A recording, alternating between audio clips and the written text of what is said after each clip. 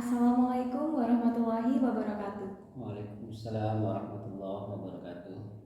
Selamat datang di podcast Pengadilan Agama Bangli.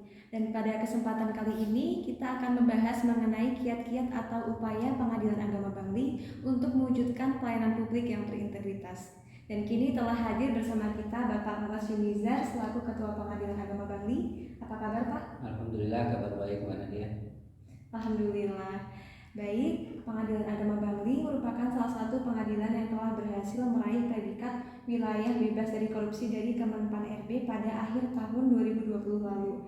Lantas, apakah ada kiat-kiat atau upaya yang telah dilakukan Pengadilan Agama Bangli sehingga bisa berhasil meraih predikat tersebut, mengingat predikat tersebut tidak semudah itu didapatkan oleh sebuah instansi? Baik, terima kasih Mbak Nadia atas kesempatannya mengikuti podcast pada kali ini. Memang di akhir tahun 2020 kemarin Pengadilan Agama Bangli alhamdulillah meraih predikat BPK dari Kemenpan RB, dan tentunya predikat tersebut tidak mudah untuk kita raih dan itu melalui proses yang cukup panjang. Adapun kiat yang kita lakukan di PA Bangli tentunya yang pertama adalah bagaimana kita semua berkomitmen bahwasanya kita mewujudkan PA Bangli ini sebagai zona yang berintegritas yang bersih dari KKN. Nah, komitmen itu sendiri tidak hanya sebatas formalitas, tidak hanya sebatas slogan, tidak hanya sebatas dokumen yang kita tanda tangani, tapi itu betul-betul kita internalisasikan kepada seluruh aparatur yang ada di PA Bangli, sehingga berawal dari komitmen tersebut langkah-langkah kita ke depannya tentunya akan lebih ringan. Baik Pak, tadi ada internalisasi kepada apa yang ada di dalam Pengadilan Agama Bangli. Lantas bagaimanakah cara internalisasi kepada seluruh masyarakat Pengadilan Agama Bangli dan juga pembangunan pola pikir dan budaya kerja Pak? Ya.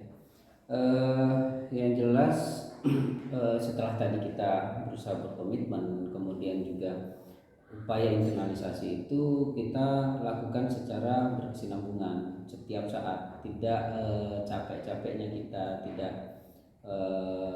kita melakukan internalisasi tersebut dengan melalui pembinaan, melalui apel, dan juga kita setiap minggu 2 kali kita melakukan briefing terhadap petugas pelayanan, dan juga di dalam rapat-rapat ataupun secara non formal pun kita selalu mengingatkan teman-teman terkait dengan komitmen dan juga peningkatan kinerjanya.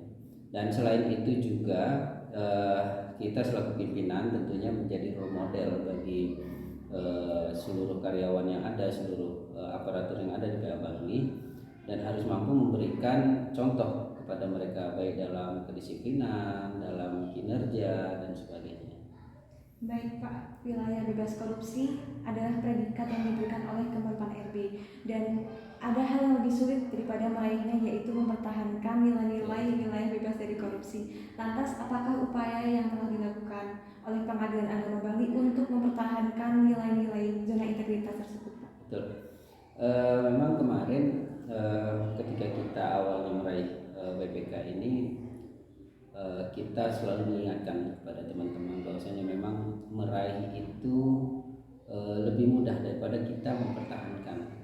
Sebab ketika predikat BPK itu sudah melekat kepada kita harus mampu memantaskan diri bahwasanya kita memang layak mendapatkan predikat itu. Tentunya kita memantaskan diri itu dengan tetap merujuk kepada aturan main dari BPK itu sendiri, mulai dari bagaimana kita menjaga integritas, bagaimana kita menghindari yang namanya gratifikasi, bagaimana kita memberikan pelayanan yang maksimal kepada masyarakat mencari keadilan. Sebab tolak ukur daripada pelaksanaan zona integritas itu sendiri adalah seberapa puas masyarakat terhadap pelayanan yang telah kita berikan. Jadi seberapa puas masyarakat kepada pelayanan yang telah kita berikan. Lantas wilayah bebas dari korupsi merupakan predikat di mana kita harus memberikan pelayanan publik yang bersih ya Pak, bersih dari praktik korupsi, kolusi dan nepotisme. Dan hal tersebut erat kaitannya dengan gratifikasi. Lantas apakah upaya dari Pengadilan Agama Bangli untuk mencegah terjadinya gratifikasi? Kita melakukan kampanye baik secara internal maupun eksternal Kalau internal itu kita itu tadi kita selalu mengingatkan teman-teman, kemudian juga kita menyetel audio gratifikasi di setiap 15 menit sekali, kemudian juga kita memasang banner-banner di tempat-tempat yang sekiranya itu rawan terjadinya gratifikasi, baik itu di pelayanan, kemudian di parkir, dan juga di tempat-tempat yang lain. Kemudian juga kita melakukan kampanye ke masyarakat di sekitar bahwasanya kita pengadilan ini adalah instansi yang bersih dari korupsi dan juga dari gratifikasi, dan apapun yang mereka temukan mereka bisa melakukan pelaporan ataupun pengaduan terhadap hal-hal yang diperkirakan melanggar daripada aturan main yang ada.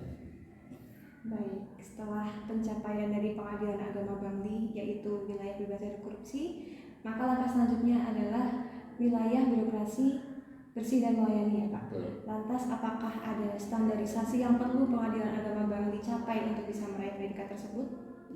Baik, tentunya WPPM ini jauh lebih sulit dan jauh lebih kompleks daripada WBK. WBK itu memang lebih terfokus kepada bagaimana kita menjadikan wilayah bebas dari korupsi, menjadikan PA menjadi wilayah bebas dari korupsi. Namun WPPM itu sendiri lebih kepada seberapa besar efek yang dirasakan oleh masyarakat. Memang kita beberapa inovasi telah kita lakukan, terutama dalam hal peningkatan core bisnis yang ada di PA Bangli itu sendiri, baik secara internal yaitu dengan memberikan pelayanan dalam perkara kepada masyarakat, dan juga bagaimana mereka merasakan pelayanan tersebut bisa cepat, kemudian biayanya tidak besar dan juga tidak rumit. Nah, itu memang yang menjadi dasar kita dalam membangun BBBM.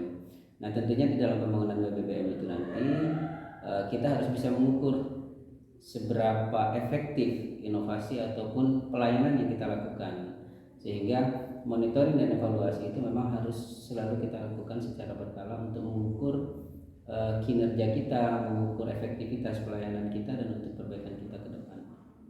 Baik, untuk mewujudkan pelayanan publik yang berintegritas dibutuhkan juga upaya dari Pengadilan Agama Bangli bagaimana bisa menerima atau menangkap apa yang dibutuhkan oleh masyarakat. Betul. Dan itu dibutuhkan budaya ramah tamah ya Pak. Betul. Lantas apakah upaya yang telah dilakukan oleh Pengadilan Agama Bangli untuk mewujudkan budaya ramah tamah kepada masyarakat? Baik, yang jelas kan PA Bangli ini sebagai instansi memberikan pelayanan kepada masyarakat. Kita adalah pelayan bagi masyarakat. Nah, tentunya sebagai pelayan tentunya harus modal utamanya adalah keramahan kita dan juga profesionalitas kita. Nah, terkait dengan hal ramah tamah itu tadi, PA Bangli sendiri sudah bekerja sama dengan BRI dan juga BSI untuk memberikan pelatihan soft skill kepada teman-teman terkait dengan bagaimana meningkatkan servis pada masyarakat atau excellent service-nya, kemudian juga bagaimana meningkatkan public speaking mereka dalam hal pelayanan, dan juga kita melakukan refreshing kepada mereka sehingga mereka nantinya kemampuan dalam hal pelayanan itu akan terus terasa. Baik, akan terus terasa ya Pak skillnya. Baik, itu kan tadi membahas mengenai sumber daya manusianya ya Pak, dari segi petugas PTSP dibimbing supaya bisa lebih memberikan pelayanan yang lebih baik lagi daripada sebelumnya. Lantas kalau dari segi fasilitas dan inovasi, apakah ada sesuatu yang baru yang dilakukan Pengadilan Agama Bangli untuk mewujudkan nilai-nilai BBBM tersebut? Baik, yang jelas pemanfaatan media sosial itu saat ini sangat-sangat efektif ya, mulai dari Facebook, kemudian Instagram, dan juga kita sudah memiliki website, dan itu memang sudah cukup komplit yang ada di website sebagai kantor kita di dunia maya, sehingga segala kegiatan-kegiatan kita di di kantor bisa kita publish di sosial media itu. Kemudian yang kedua, kita juga memanfaatkan CCTV online. Nah, CCTV online itu sendiri selain sebagai media pengawasan juga sebagai pelayanan bagi masyarakat. Jadi sebelum mereka datang ke pengadilan, mereka bisa melihat CCTV online itu melalui website, apakah saat ini pelayanan dibuka, kemudian apakah para pihak ataupun ada antrian atau tidak, sehingga mereka bisa mengatur waktu kapan dia akan datang ke pengadilan. Nah, kemudian kita juga sudah menerapkan mobile court, yaitu layanan mobile link untuk para pihak yang posisinya berjauhan dengan pengadilan agama, dan alhamdulillah ini sudah berjalan beberapa bulan terakhir ini kita laksanakan di wilayah Kintamani. Baik Pak, itu tadi ya inovasi dan juga fasilitas yang sudah disediakan oleh Pengadilan Agama Bangli dalam rangka upaya meraih wilayah birokrasi bersih dan melayani. Lantas sudah tidak terasa kita ada di penghujung podcast, dan apakah Bapak ada statement atau sesuatu yang ingin disampaikan kepada warga peradilan yang ingin mewujudkan zona integritas? Baik, terima kasih Mbak Nadia. Yang jelas pembangunan zona integritas itu bukan sesuatu yang wah, dalam artian kita harus memiliki sarana prasarana yang lengkap, kemudian personelnya juga yang harus mumpuni. Namun dengan segala keterbatasan tentunya kita bisa membangun zona integritas itu sendiri, dan itu terbukti di PA Bangli. Jadi kalau bisa kami katakan standar minimal zona integritas itu adalah PA Bangli, sebab sarpras yang ada di PA Bangli ini cukup minim, kemudian personelnya juga tidak banyak, dan dengan keterbatasan itu kita memang punya moto ya waktu itu, dengan membangun zona integritas dalam kesederhanaan. Itu kita punya moto ketika awal membangun zona integritas, dan alhamdulillah dengan kebersamaan, dengan tekad yang kuat, hal tersebut bisa kita lewati dan bisa kita raih. Baik Pak, dengan tekad yang kuat, dengan kebersamaan kita akan mewujudkan apa yang akan kita capai, walaupun kita memiliki keterbatasan ya Pak ya. Itu tidak menjadi penghambat. Baik, luar biasa sekali. Terima kasih atas waktunya, dan demikianlah sesi podcast pada kesempatan kali ini.